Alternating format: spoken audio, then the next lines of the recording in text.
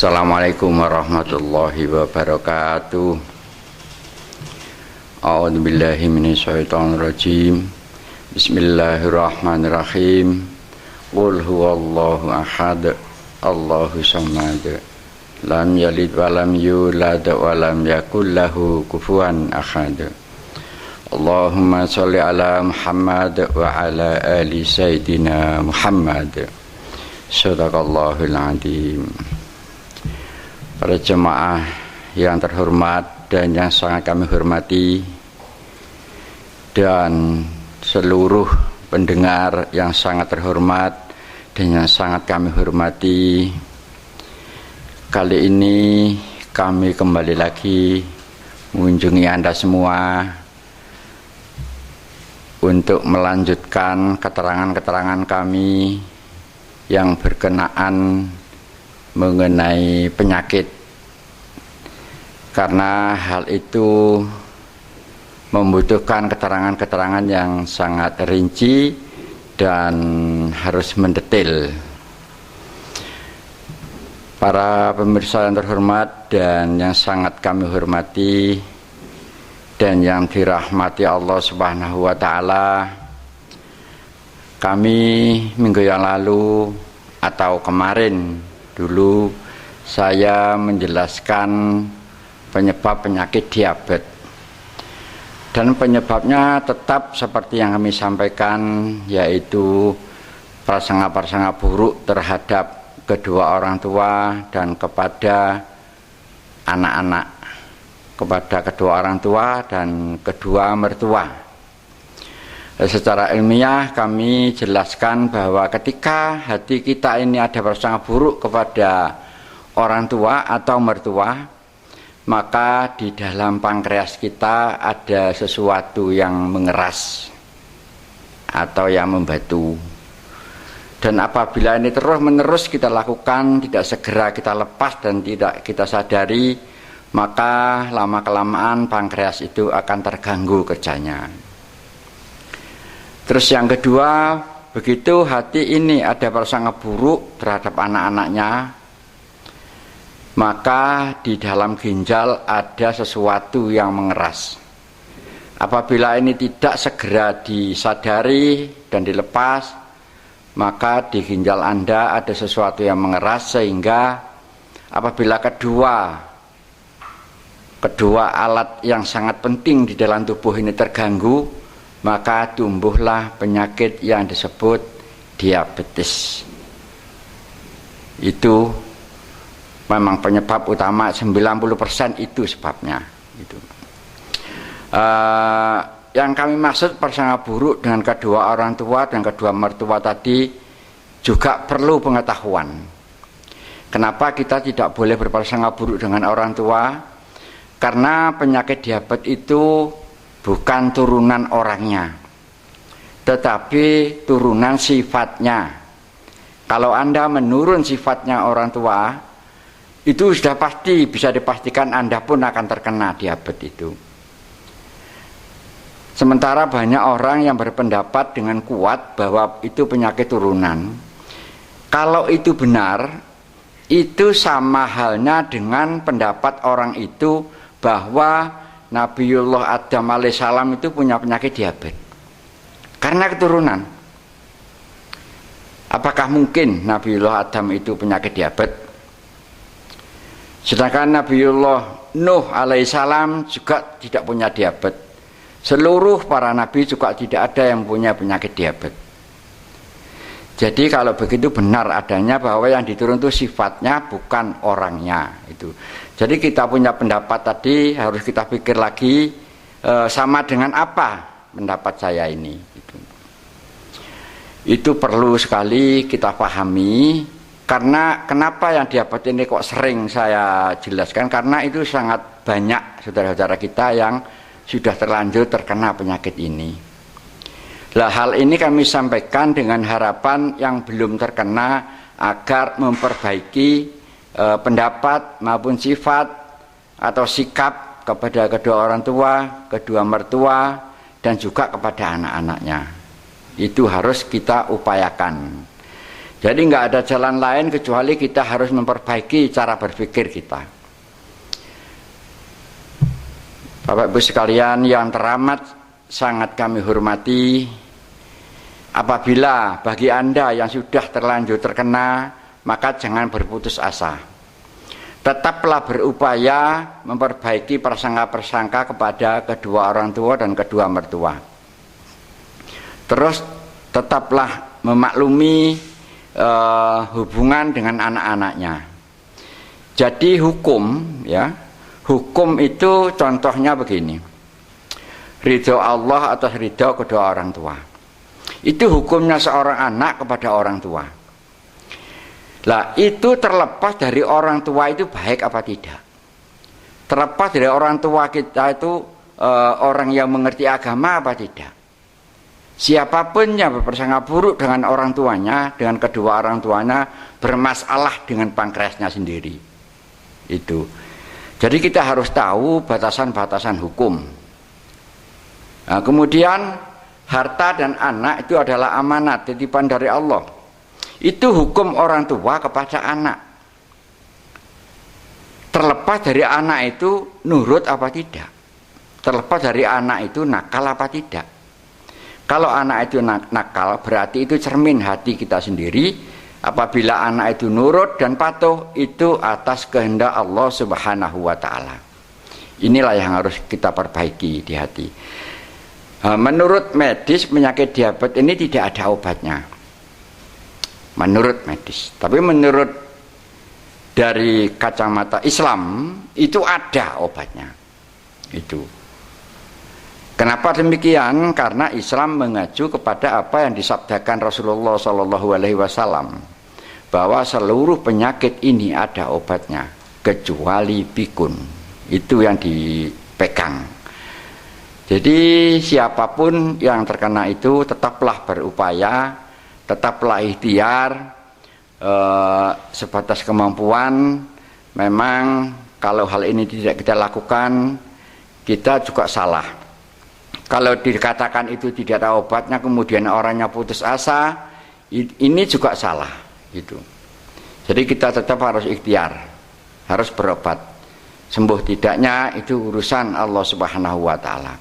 Dan apabila Anda ada upaya di hati untuk memperbaiki hubungan dengan kedua orang tua dan kedua mertua tadi, kemudian memperbaiki pandangan Anda terhadap anak-anak, itu bukan tidak mungkin penyakit Anda akan bergerak ke arah membaik.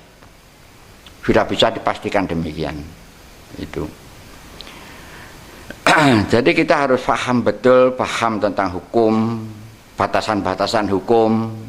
Ini harus kita pahami. Jadi jangan memandang sepintas saja itu. Para pemirsa yang teramat kami hormati, hal ini memang perlu kami ulang-ulang. Hal ini sangat penting dan perlu mengingat banyaknya manusia di bumi ini yang terkena penyakit ini.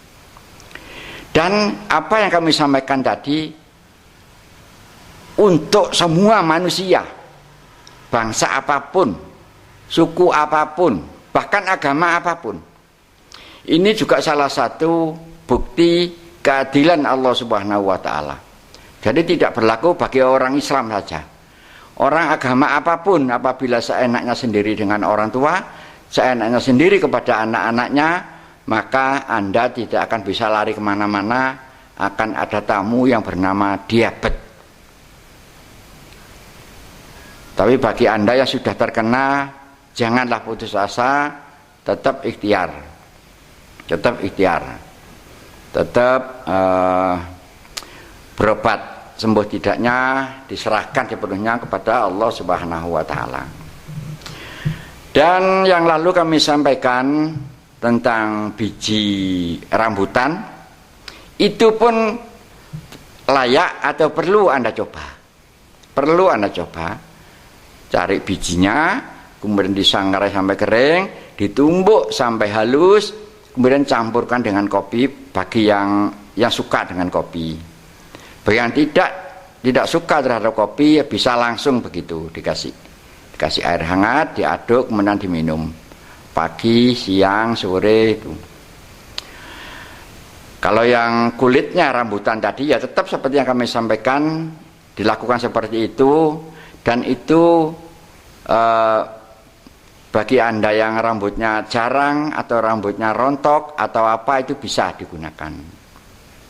Akan lebih baik lagi apabila biji rambutan tadi dikasih beberapa biji dari buah kurma. Itu akan lebih bagus lagi bila mana di tempat Anda ada buah kurma. Tapi jangan terlalu banyak, perbandingannya itu kalau biji rambutan itu 10, maka kasihlah 2 atau 1 biji buah kurma, itu akan jauh lebih baik. Jadi apa yang kami sampaikan tadi bukan sekedar menyampaikan, tapi itu sudah pernah kami lakukan itu, dan hasilnya alhamdulillah juga membaik itu. Kemudian berikutnya penyakit kanker tulang. Penyakit kanker tulang atau patah tulang atau tulang rapuh itu hampir sama. Kalau Anda punya masalah dengan saudara kandung Anda, masalah apapun itu harus Anda lepaskan dan tetaplah erat hubungan persaudaraan.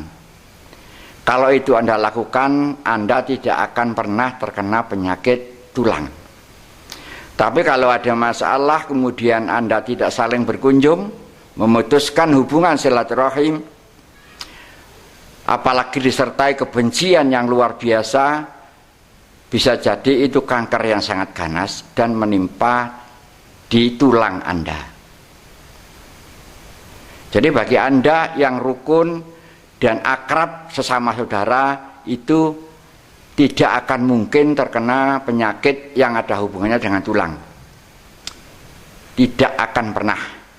Kalau Anda kurang yakin dengan apa yang kami sampaikan ini, di rumah sakit di seluruh dunia ini ya, bila mana ada orang sakit patah tulang, entah itu jatuh entah apa, itu sampean dekati. Orang itu akhirnya akan cerita bahwa dia habis berkelahi dengan saudaranya atau habis bertengkar dengan saudaranya. Ini seluruh dunia. Jadi siapapun yang patah tulang, penyebabnya itu. Patah tulang, bahkan tulang rapuh, bahkan mungkin bisa kanker tulang. Oleh sebab itu, saudara-saudaraku yang sangat kami hormati, berbaik-baiklah Anda dengan saudara, baik saudara kandungnya sendiri atau saudaranya istri Anda.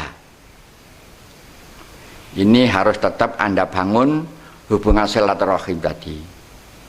Itu juga demikian, terlepas dari Anda ini agama apa, terlepas dari Anda ini bangsa apa, terlepas dari Anda ini suku apa, sama saja. Kalau ada seseorang yang bertikai dengan saudaranya, maka besar kemungkinan ada masalah di bagian tulang itu. Cara menghindarinya ya itu tadi, jangan ada kerenggangan di antara sesama saudara. Terlepas dari masalah apapun, saudara Anda itu baik apa tidak, saudara Anda itu jahat apa tidak, yang dipertanyakan oleh Allah Subhanahu wa Ta'ala itu sikap Anda kepada saudara Anda. Itu batasnya. Lepas dari sikapnya saudara Anda kepada Anda, itulah hukum itu. Jadi hukum itu ada batasan-batasannya itu. Jangan melihat hukumnya dia kepada sampean, kepada Anda, itu terbalik namanya. Hukum ini jangan dibalik. Masalahnya banyak orang yang menaruh kebencian, menaruh dendam tadi. Orang itu mengalami salah paham tentang hukum itu. Jadi hukum dari Allah ini sangat sempurna, utuh dan sempurna. Yang dipertanyakan adalah sikap Anda kepada kedua orang tua Anda. terlepas dari orang tua Anda baik apa tidak, bahkan lain agama apa tidak, bahkan keyakinannya beda apa tidak, tetap yang ditanyakan sikap Anda kepada kedua orang tua, kepada mertua Anda, dengan tetangga Anda, dengan teman-teman Anda, itu yang dipertanyakan. Terlepas dari tetangga Anda tadi jahat apa tidak. Itulah batasan hukum. Karena hukum ini letaknya ada di kepala, bisa dihafalkan, bisa dipelajari. Tapi kalau batasan-batasan hukum tadi letaknya ada di hati. Bagi orang yang tidak beriman dan bertakwa kepada Allah Subhanahu wa Ta'ala, kesulitan memahami batasan-batasan hukum ini. Karena itu letaknya bukan di kepala, tetapi ada di dada. Itu tadi penyebab penyakit kanker tulang, ya. Bila mana Anda bisa menghindari sifat-sifat seperti yang tadi, tidak mungkin Anda terkena penyakit tulang atau masalah-masalah di tulang. Itu. Sebenarnya apa yang kami sampaikan ini adalah bisa menjawab suatu pertanyaan di hati. Kenapa Rasulullah Shallallahu Alaihi Wasallam itu sehat jasmani dan rohani? Ya itu tadi, karena beliau tidak pernah menaruh bencian terhadap siapapun, bahkan kepada orang yang memusuhi sekalipun. Itu. Terus bagi bapak-bapak, ya, bagi bapak-bapak, apabila Anda menyayangi jantung Anda, maka sayangilah istri Anda. Jangan menyimpan rasa prasangka buruk terhadap istri. Kalau itu Anda lakukan, maka jantung Anda posisinya aman. Kenapa kami jelaskan? Karena kita semua tahu bahwa sangat banyak orang-orang yang terkena serangan jantung, gagal jantung, dan lain sebagainya. Itu penyebabnya itu tadi.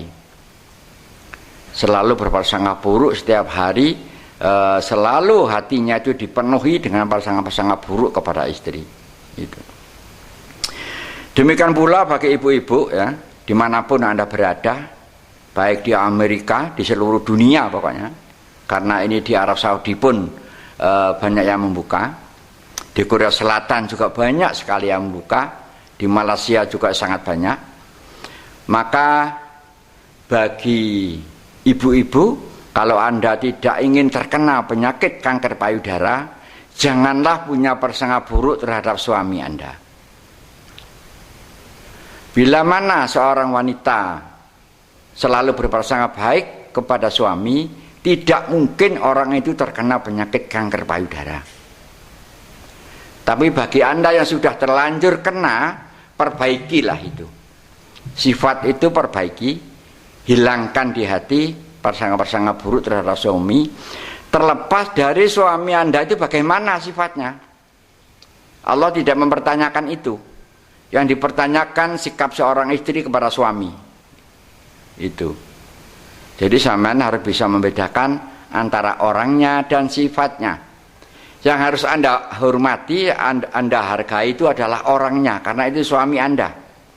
Masalah sifatnya, sikapnya, Allah tidak membebani dosa yang satu dengan dosa yang lainnya. Ya, jadi ini perlu perenungan, pemahaman yang memerlukan energi cukup lumayan itu. Tapi itu harus kita lakukan. Dan lagi kalau seorang wanita ya berprasangka buruk dengan suami tadi, bukan hanya kanker payudara, bahkan bisa kemungkinan kanker serviks. Itu. Jadi bagi Anda yang sudah terlanjur terkena itu, selain Anda berobat, juga usahakan hati Anda bersihkan dari prasangka buruk. Hormati dan ada prasangka buruk hati Anda kepada suaminya. Maka penyakit itu keganasannya akan jauh menurun. Ganas dan tidaknya itu sebenarnya Anda tahu ukurannya. Seberapa jeleknya, seberapa buruknya prasangka Anda, ya seperti itulah ganasnya. Apabila Anda bisa memperbaiki hati, seperti yang kami sampaikan tadi, maka keganasan itu langsung menurun. Begitu itu menurun ya, kita berobat. Cara kerja obat itu bisa maksimal. Dan bisa kemungkinan itu selesai. Itu. Jadi Anda sakit kalau tidak tahu penyebabnya, maka walaupun Anda berusaha sampai kemana-mana, itu penyakit akan tetap ganas. Nggak taunya ganas dan tidaknya tergantung hati Anda. Itu wanita ya. Dan ini masih banyak lagi yang perlu kami sampaikan, karena seluruh penyakit yang ada ini benar-benar dari diri kita sendiri, bukan dari Allah Subhanahu wa ta'ala. Jangan ada yang pernah mengatakan ini dari Allah. Kalau anak yang nurut, anak yang taat, istri yang baik atau suami yang baik, itu murni dari Allah. Tapi kalau anak yang nakal, istri yang suka marah, suami yang amburadul, itu murni dari diri kita sendiri. Itu. Jadi jangan pernah kita punya pendapat bahwa anaknya nakal ini dikehendaki Allah. Jangan.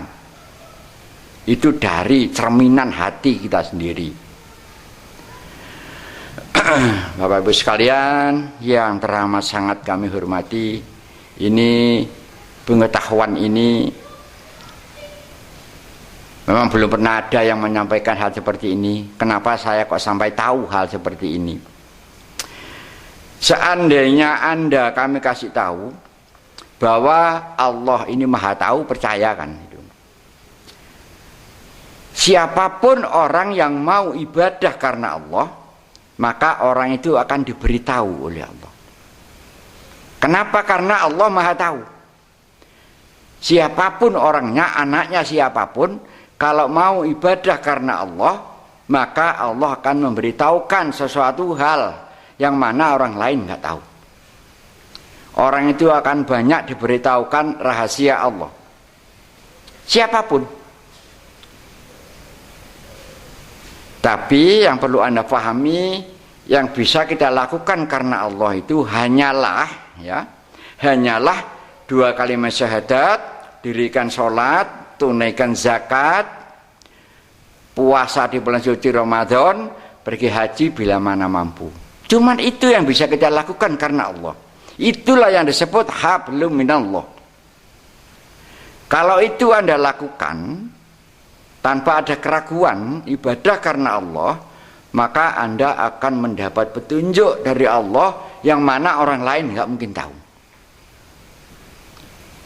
Karena hanya Allah yang maha tahu, selain Allah takkan tahu apa-apa.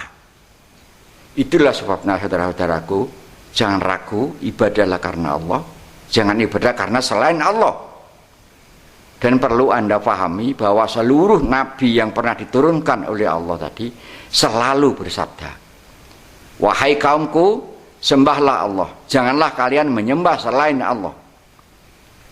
Itu mulai dari Nabiullah Adam alaihissalam sampai Rasulullah SAW. Jadi kita harus cerdas, harus bisa membedakan mana yang fardu, mana yang sunnah, mana yang utama. Ini yang utama adalah yang fardu tadi, yang bisa kita lakukan karena Allah. Sehingga sunnah-sunnah yang Anda jalani setiap hari itu ikhlas. Itu. Lah bila mana itu ikhlas, nilainya sama dengan yang karena Allah tadi, ya itulah namanya ibadah. Itu. Kalau yang fardu itu salah, maka semua menjadi salah. Maka 2 hari yang lalu kami sampaikan, ya, tanda-tandanya sholatnya diterima itu orang itu tidak akan mungkin melakukan sesuatu kemungkaran. Tidak akan mungkin orang itu melakukan sesuatu yang jelas-jelas itu dilarang oleh Allah. Itu tandanya kalau sholat seseorang diterima.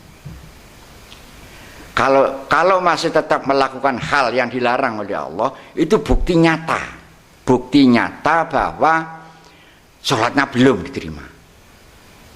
Ini juga memerlukan perenungan yang dalam. Jadi sangat sederhana sekali. Karena apa? Karena hanya Allah yang mampu mencegah, yang mampu menahan dari pendapat atau ucapan atau tindakan yang akibatnya sangat dimurkai oleh Allah. Hanya Allah yang mampu mencegah itu. Selain itu tidak akan yang mampu mencegah. Tidak ada seorang manusia pun yang bisa membuat orang lain itu baik, kecuali Allah sendiri.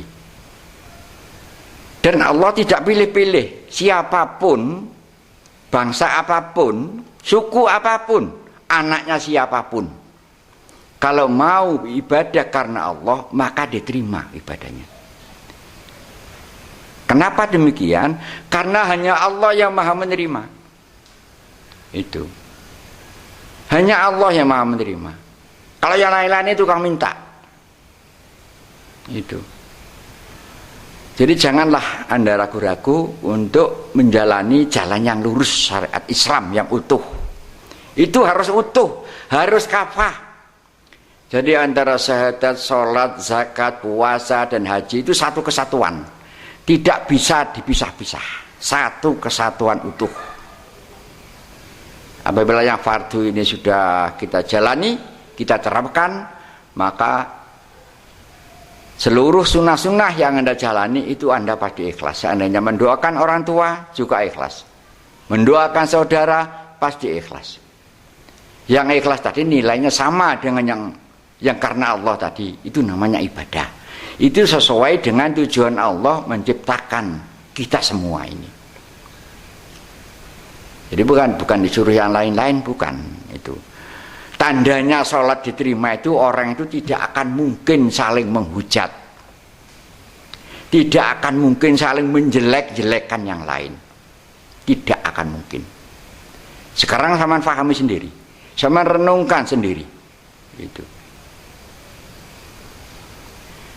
Kalau masih ada keinginan saling menyalahkan, saling menghujat, berarti sholatnya masih belum diterima.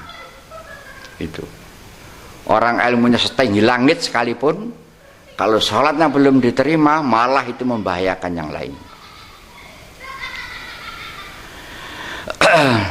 Kami teruskan kembali ya, mengenai penyakit tadi. Penyakit yang sangat banyak ditimpa manusia ini, kalau penyakit paru-paru. Orang terkena penyakit paru-paru tadi ada hubungannya dengan apa yang Anda punyai. Misalkan uang Anda dipinjam orang, nggak dikembalikan padahal itu dalam jumlah yang banyak. Itu terus Anda sakit hati dan nggak terima dengan kejadian itu.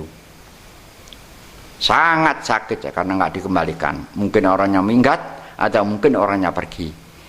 Kalau ini tidak segera Anda sadari, maka paru-paru Anda dalam kondisi terancam. Itu kalau paru-paru udah hubungannya dengan keuangan. Caranya begini. Yang membuat hati Anda sakit itu bukan sejumlah uang tadi, ya. Yang membuat hati Anda sakit itu ialah merasa memiliki. Karena di hati Anda sangat kuat merasa memiliki uang tadi, sehingga hati Anda sangat sakit sekali. Padahal harta dan anak itu adalah amanat, titipan dari Allah. Kalau Anda sadar bahwa harta itu tidak ikut punya, ini amanat titipan dari Allah. Kalaupun dibawa nggak dikembalikan, ya berarti itu memang tidak dititipkan pada saya.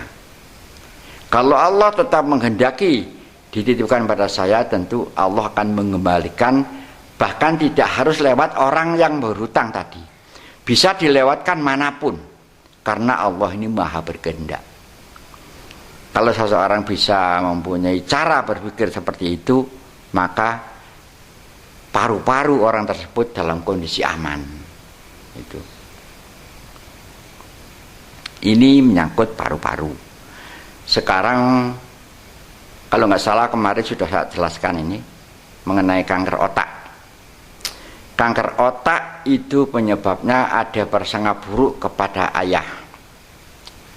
Jadi Anda dengan bapak Anda ya, entah bapak Anda ini baik apa tidak, entah bapak Anda ini jahat apa tidak, ini lepas. Selama Anda punya prasangka buruk dengan bapak Anda, maka kanker otak mengancam Anda. Jadi kalau orang berprasangka buruk dengan bapaknya ini, yang diancam penyakitnya itu terletak di kepala. Mungkin bisa sinusitis, mungkin bisa kanker otak, mungkin bisa infeksi otak. Yang jelas masalahnya ada di kepala. Itu. Jadi nggak ada yang kebetulan. Penyakitnya tadi juga tidak ngawur. Penyakit kanker otak itu tidak ngawur. Apabila ada seseorang selalu tawaduk dan berprasangka baik dengan bapaknya, kanker otak tidak akan mau hinggap di situ. Dia pasti pergi. Itu. Jadi tidak ada penyakit yang ngawur, itu nggak ada. Tidak ada yang kebetulan. Itu ada sebabnya. Dan sebabnya tadi kita bawa sendiri. Nah, sekarang lagi musim corona, ya. Musim corona yang dicari itu orang yang berpendapat bahwa mati itu asalnya dari suatu penyakit. Orang yang berpendapat bahwa rezeki itu asalnya dari suatu pekerjaan. Itu yang dicari. Serta orang itu sangat senang ketika yang lain mendapat masalah. Dan tidak senang ketika yang lain mendapat kenikmatan. Apabila sifat itu Anda punyai, singkirkan jauh-jauh, maka Anda tidak akan ketemu virus corona. Virus corona ini tidak ngawur, milih orang. Jadi kalau orang tetap bersikukuh bahwa mati itu disebabkan suatu penyakit, maka orang itu memungkinkan dihinggapi virus corona. Tidak ada ceritanya orang meninggal itu karena suatu penyakit. Ini perlu Anda pahami, ya. Orang meninggal itu memang sampai garis ketentuan dari Allah Subhanahu wa taala. Ini yang perlu Anda pahami. Tapi apabila Anda sakit, kita harus ikhtiar, harus berobat. Itu. Tapi kalau sakit tidak mau berobat, ini nilainya setengah dari bunuh diri. Tapi apabila sudah meninggalnya tadi memang sampai garis yang telah ditentukan sejak dia belum lahir. Itu tidak bisa. Jadi saat telah yang ditentukan, saat kematian, detik-detik kematian itu Allah yang menentukan. Masalah caranya mati tadi itu berasal dari tabiat sifat manusianya itu sendiri. Itulah yang sangat penting dan sangat perlu kami sampaikan kepada Anda semua. Kami ulangi lagi seperti yang kemarin, ya. Yang disebut Islam itu agamanya. Yang disebut Muslim itu orangnya. Orangnya orang Muslim. Jadi Muslim itu bukan agama tapi orang. Itu. Mukmin itu adalah sifatnya. Kafir juga sifat. Itu sama dengan takwa Allah. Takwa itu apa? Sifat. Orang itu punya sifat takwa.